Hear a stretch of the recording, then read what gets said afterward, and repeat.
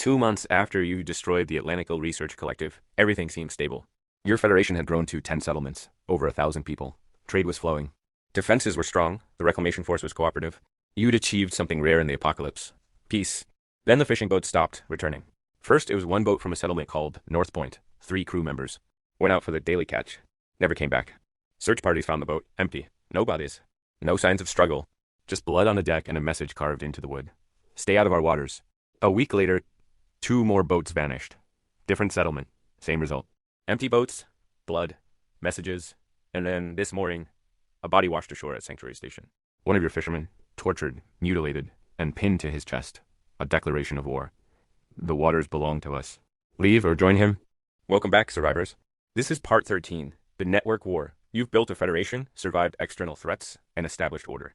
But now you're facing something you never prepared for. Coordinated attacks from an organized enemy who knows your weaknesses, your roots, and your vulnerabilities. Someone is hunting your people, and they're not infected. They're human. Let's talk about surviving when the apocalypse turns into war between survivor factions. The enemy reveals itself. You don't have to wait long to find out who's attacking you. 3 days after the body washes ashore, a boat approaches Sanctuary Station under a white flag. 2 people. Unarmed. They're emissaries. We represent the Oceanic Coalition. We control the waters in this region. Your settlements have been fishing in our territory without permission. That stops now. You ask the obvious question. Your territory? The ocean doesn't belong to anyone. The emissary smiles. Cold. Calculated. It does now. We have 30 boats, 200 fighters, and control over every major fishing ground within 100 miles. If you want to fish, you pay tribute. If you want to trade by sea, you pay passage fees. If you refuse, you disappear, like your fishermen. The demands? They lay out terms. Option 1. Tribute system. Every settlement in your federation pays 20% of all fish caught to the Oceanic Coalition. In exchange, you're allowed to fish in designated zones. Option 2. Passage fees. Every trade vessel pays a fee to transit coalition-controlled waters. Non-payment results in vessel seizure. Option 3. Absorption. Your federation dissolves. Individual settlements join the coalition as subordinate members under their governance. Option 4. Or you refuse all terms. They sink your boats, blockade your settlements, and starve you into submission. You have 1 week to decide. Choose wisely, they leave. The Federal Council emergency session. Every settlement representative gathers. The room is tense. The debate. The pragmatist. We pay. 20% is high, but it's better than war. We can't fight a naval force. We're not equipped for this. The defiant. We don't negotiate with extortionists. They're pirates. If we pay once, they'll demand more. We fight the strategist. We can't fight them directly. But we can make them regret targeting us. Guerrilla tactics. Hit their supply lines. Make occupation too costly. The diplomat. We reach out to other settlements. If they're extorting us, they're extorting others. We build a counter-coalition. Strength in numbers. The realist. We don't know enough about them. Who leads them? Where's their base? How organized are they really? We need intelligence before we act. You're facing a decision that will define the Federation's future. Pay tribute and become subjects. Fight a war you might lose. Try to outmaneuver them strategically. You choose intelligence first. We don't make decisions in the dark. We find out who they are, what they want, and what their weaknesses are. Then we decide. The intelligence mission. You need information. Fast. The Reclamation Force commander offers assistance. We can provide reconnaissance. Our ships have radar and surveillance capabilities you don't. You accept. This is exactly the kind of mutual defense situation the treaty was designed for. What reconnaissance discovers. Discovery 1, the Oceanic Coalition's size. They weren't lying. 30 boats, maybe more. A mix of salvage vessels, fishing trawlers converted into patrol boats, and a few pre-outbreak yachts retrofitted with weapons. Estimated personnel, 200 to 250 fighters, well-armed, organized patrols, coordinated communication. Discovery 2, their base, a fortified atoll 60 miles northwest. Natural harbor, defensible position, difficult to assault without naval superiority. They built docks, storage facilities, and living quarters. This isn't a ragtag pirate crew. This is an organized maritime power. Discovery 3, their leadership, led by someone calling themselves the Admiral. Former Coast Guard officer, military training, tactical expertise. The Admiral runs the coalition like a navy. Ranks, chain of command, disciplined operations. It's a floating military dictatorship. Discovery 4, their motivation. They're not just extorting for fun. They're facing resource shortages. Their atoll has limited farming capacity. They need food and they're taking it by force. Discovery 5, they're not alone. The Oceanic Coalition has already absorbed or subjugated 6 other small settlements. Those settlements now pay tribute and provide labor. You're not their first target. You're just the biggest one yet. This changes the calculation. They're not going away, they're expanding. If you submit, you become part of their empire. If you fight, you're fighting an experienced military force. The real question, can you win? The War Council. You gather your best tactical minds. The Reclamation Force commander, your settlement defense coordinators, former military personnel from various settlements. You lay out the situation. The Oceanic Coalition has naval superiority. We have land-based defenses and numbers. How do we leverage that? The strategies proposed. Strategy 1. Defensive fortification. We don't engage at sea. We fortify our settlements, make them unassailable from naval attack, and wait them out. Eventually, they'll move on to easier targets. Problem: they control the fishing grounds. They can starve us. Waiting favors them, not us. Strategy 2. Naval guerrilla warfare. We build fast, small boats. We avoid direct confrontation, but harass their patrols. Hit and run. Make it costly for them to operate. Problem: they have more experience, better boats, and trained crews. Guerrilla tactics work against larger, slower forces, but they're a naval power. This is their domain. Strategy 3. Decapitation strike. We locate the admiral. We send a strike team to their atoll. Eliminate leadership. The coalition collapses without command structure. Problem: high risk. Fortified position. If the strike fails, we've lost our best fighters and shown weakness. Strategy 4. Alliance building. We contact the settlements they've subjugated. We offer them liberation in exchange for joining our side. We turn their empire against them. Problem: those settlements are probably monitored. Communication is risky. And they might not trust us enough to rebel. Strategy 5. Economic warfare. We find alternative food sources. We reduce dependence on fishing. We trade with inland settlements they don't control. We make their blockade irrelevant. Problem: takes time, months, maybe years. We need food now. And they'll notice our maneuvering and escalate. The reclamation force commander's input. You're thinking like settlers. Think like military. What's their critical vulnerability? You ask, what do you mean? They're a navy without a nation. They have boats, but boats need fuel, repairs, supplies. Where do they get those? Cut their supply line, and they're dead in the water. Literally. That's it. The Oceanic coalition controls the sea, but they don't produce anything. They're extracting resources from settlements. If you cut off their access to fuel and repair materials, their entire operation collapses. The plan takes shape. Phase 1, supply denial. Identify which settlements are providing fuel, metal, and repair services to the coalition. Offer them better terms to switch allegiance or cut ties. Phase 2, alternative resources. Establish overland trade routes with inland settlements. Reduce Federation dependence on ocean fishing. Phase 3, defensive preparation. Fortify coastal settlements. Install early warning systems. Prepare for retaliation. Phase 4, coordinated liberation. Once the coalition is weakened, offer subjugated settlements support for rebellion. Time it so multiple settlements revolt simultaneously. Overwhelming coalition forces. Phase 5, final confrontation. If they don't collapse from internal pressure, you assault their atoll with combined Federation and Reclamation Force assets. It's a long game, but it might work. The Federation votes. Unanimous. You go to war. Not with boats and battles, but with economics and strategy. The week deadline arrives. The Oceanic coalition emissaries return. What is your answer? You deliver it personally. We reject all terms. The Federation does not submit to extortion. If you want war, you'll have it. But know this, we're not defenseless fishermen. We're organized, we're allied with military remnants, and we will not yield. Leave our waters. Or face the consequences. The emissary's face hardens. You've made a mistake. The admiral will teach you the cost of defiance. They leave. The war begins. The first attack. 2 days later, the Oceanic coalition strikes. 6 patrol boats converge on North Point, one of your smallest settlements. 30 people, limited defenses. The coalition demands immediate surrender. North Point refuses. The assault. Coalition forces land on the beach, armed, aggressive. They're not there to negotiate. They're there to make an example. But North Point isn't unprepared. You sent reinforcements the day before. 20 fighters, fortified positions, hidden traps. The battle. Coalition forces advance. Confident. Expecting easy victory. They hit the first trap. Concealed pit. 3 fighters fall in. Injured. Federation defenders open fire from elevated positions. Disciplined. Controlled bursts. Coalition forces take casualties. They weren't expecting organized resistance. They retreat to their boats. Regroup. Return fire with mounted weapons. The standoff.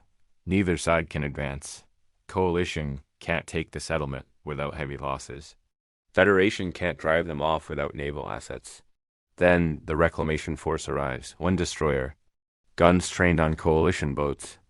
The Reclamation Force commander broadcasts on open channels. Oceanic coalition vessels. You are engaging forces under Federation protection. Stand down immediately or we will open fire. The coalition has a choice: fight a military destroyer with fishing boats, or retreat. They retreat. First blood goes to the Federation, but this was just the opening move. The Admiral's response. 2 days later, a broadcast on all frequencies. This is the Admiral of the Oceanic Coalition. The Federation has chosen war. Very well. All settlements refusing tribute will be blockaded. All fishing vessels will be seized. All trade routes will be closed. You will starve, you will submit, or you will die. This is your last warning. The blockade begins. Coalition patrol boats form a perimeter around Federation settlements. Any boat attempting to leave is intercepted. Fishing stops. Trade stops. You cut off. You have maybe 3 weeks of stockpiled food. After that, people start starving. The race against time. You need to execute your plan before hunger breaks the Federation's resolve. Phase 1, supply denial. You send covert teams to settlements supplying the coalition. Your offer: join us, or we cut off your access to Federation trade. Choose. 3 settlements agree immediately. They were paying tribute under threat and hated it. 2 settlements refuse. They're too afraid of coalition retaliation. But 3 is enough. The coalition loses access to a fuel depot and 2 repair facilities. Their boats can still operate, but for how long? Phase 2, alternative resources. Inland settlements don't have ocean access. They have farms, livestock, and fresh water. You establish overland trade. It's slower, harder, and more labor-intensive than boats, but it works. Food starts trickling into Federation settlements. Not enough to thrive, but enough to survive. The blockade loses its bite. You broadcast this to the coalition. We don't need your permission to survive. You're not as powerful as you think. The Admiral escalates. The coalition's escalation. The Admiral doesn't take your defiance well. If economic pressure won't break you, violence will. The raiding campaign begins. Coalition forces stop blockading. They start raiding, hit-and-run attacks on coastal settlements. Land at night. Burn supply depots. Sabotage infrastructure. Kidnap people. They're not trying to occupy. They're trying to terrorize. The first raid, a settlement called Harbor View, 50 people. Moderate defenses. Set fire to the storage building. Vanished into the night. Casualty count: 2 dead, 5 wounded. The message is clear. We can hurt you whenever we want. Surrender, or this continues. The Federation's morale cracks. People are scared, exhausted, angry. Some settlements start questioning the war. Why are we fighting? Just pay the tribute. This isn't worth it. We were safe before, now we're targets. The Federation leadership is getting us killed for pride. The Federal Council convenes emergency session. We can't sustain this. We need to end the war. You're at a crossroads. Negotiate and accept tribute terms, or escalate and finish this fight. You choose escalation. If we negotiate now, we do it from weakness. They'll demand more than before. Phase 4, coordinated liberation. You've been in contact with the subjugated settlements. 6 communities paying tribute to the coalition under threat. Your message to them: we're going to attack the coalition's atoll. When we do, you rise up. Cut their supply lines. Refuse tribute. Together, we end this. 3 settlements agree immediately. They've been waiting for this. 2 settlements need convincing. You offer them, join us, and you become full members of the Federation. Free trade. Mutual defense. No tribute. Ever. They agree. 1 settlement refuses. Too afraid. You accept that. 5 out of 6 is enough. The simultaneous rebellion. You coordinate timing. When your forces assault the atoll, the subjugated settlements revolt. The trap closes. The coalition suddenly faces multiple crises. Their main base under attack. Their supply settlements refusing cooperation. Their patrols cut off from support. The Admiral has to choose: defend the atoll or suppress the rebellions. He can't do both. THE assault on the atoll. This is the endgame. Reclamation Force. 1 destroyer providing fire support and intel. The plan: Reclamation Force bombards the atoll's defenses from range, destroys patrol boats docked there, creates chaos. Federation forces land on 3 sides simultaneously. Multiple entry points overwhelm defenders. You capture or kill leadership. The assault begins at dawn. The destroyer opens fire. Precision strikes on docks and defensive positions. Coalition patrol boats scramble to respond, but they're outnumbered and outgunned. Federation boats approach. Coordinated, disciplined. The landing. Federation forces hit the beaches. Gunfire erupts. Coalition defenders are caught off guard. They weren't expecting an assault. They thought they were the hunters, not the prey. The battle is brutal. Close quarters combat. Building to building fighting. No room for tactics. Just survival. Your forces take casualties. So do theirs, but you have momentum. And you have numbers. The coalition's command center. Your strike team fights through to the main building, where the admiral commands from. You breach the door. The admiral is inside. Older man, 50s, military bearing, surrounded by maps and communication equipment. He's not surprised. You came. You level your weapon. It's over. Surrender, and your people live. Resist, and this ends badly. The admiral's response? You think this changes anything? You've won one battle. But the ocean is vast. You're not ending tyranny. You're just replacing me. You lower your weapon slightly. Maybe, but at least I'll give people a choice. The surrender. The admiral orders his forces to stand down. Coalition fighters lay down weapons. Some flee. Most surrender. The atoll is yours. You've won. The aftermath. Coalition prisoners. 137. The rest fled or died. Federation casualties. 18 dead. 32 wounded. The Oceanic coalition is dissolved. Their fighters are given a choice. Integrate into Federation settlements. They're not monsters.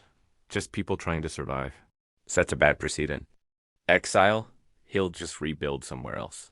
You make a different choice. The admiral stays. As a prisoner, yes, but also as a teacher. He has naval and tactical expertise we need. He'll train our defense forces. In exchange, he gets food, shelter, and eventually freedom if he proves trustworthy. It's controversial. But it's mercy. The Federation's expansion. With the Oceanic coalition defeated, the Federation absorbs 5 new settlements. Total population, 1,500 people. You're no longer a small network, you're a regional power. But power brings responsibility. The settlements you just liberated are damaged. Depleted resources, traumatized people, they need support. And the settlements that stayed neutral during the war, they're watching, judging. Did you fight for freedom? Or did you just conquer a competitor? The moral question. One night, you sit with the Reclamation Force commander. He asks you directly, what's the difference between what you did and what the admiral did? You think about it. The admiral controlled through fear and extraction. We liberate and offer membership. People can leave if they want. Can they? He asks, really? If a settlement tried to leave the Federation now, would you let them? Or would you see them as a security threat? You don't have a good answer, because he's right. You built something, and now you have to protect it. And protection looks a lot like control if you're not careful. The slippery slope, you fought raiders, defeated a military remnant, exposed a false vaccine operation, survived government reclamation. And now you've won a war against another survivor faction. Each time you were defending freedom, protecting people, but each time you also got bigger, stronger, more powerful. At what point do you become the threat? The Federation's new reality, you're no longer underdogs. You're the dominant force in the region. Smaller settlements look to you for protection. Larger settlements see you as competition. You have 3 paths forward. Path 1, peaceful federation. You stop expanding. You focus on internal development. You offer alliances but respect independence. You build a cooperative network, not an empire. Path 2, benevolent hegemony. You continue expanding, but through invitation and mutual benefit. You become the regional authority, but you govern fairly. You're an empire, but a just one. Path 3, dominance. You expand aggressively. Absorb or subjugate settlements. Build the strongest power in the region. You become what you defeated. Which path do you choose? The vote. The Federal Council debates for 3 days. The settlements are split. Some want peace. They fought enough. Some want growth. Security comes from strength. Some want dominance. The apocalypse rewards the strong. You cast a deciding vote. We choose path 1, peaceful federation. We fought wars because we had to, not because we wanted to. We offer cooperation. We respect independence. We don't force anyone. If that makes us weaker than empires, so be it. I'd rather build something good than something powerful. The vote passes, narrowly. But not everyone agrees. Some settlements wanted expansion. Some individuals wanted conquest. You've made enemies. Within your own federation. The seeds of future conflict. The war with the Oceanic coalition is over. But the victory created new problems. Settlements who wanted expansion feel betrayed. They see opportunity being wasted. Settlements who feared your power are relieved. But they're also watching one wrong move and they turn against you. And somewhere, out there, other powers are watching too. You've proven you can win wars. You've shown you have resources and organization. That makes you valuable. Or it makes you a target. The final truth, in the apocalypse, there's no peace. Only pauses between conflicts. You can fight for freedom. You can build civilization. You can create something worth defending. But you'll always be defending it. Because the world is full of people who want what you have. And some of them will take it by force. The question isn't whether you'll fight again. It's whether you'll still be fighting for the right reasons when you do. You've won the war. But at what cost? From a survivor on a sinking ship to the leader of a federation that just defeated an organized naval power. You've built something worth fighting for. But you've also learned that fighting changes you. Every battle won is a step closer to becoming the enemy. If this guide helped you navigate the impossible moral weight of warfare and the apocalypse, hit that like button and subscribe. Share your thoughts on the line between defense and conquest in the comments. We've been through hell together.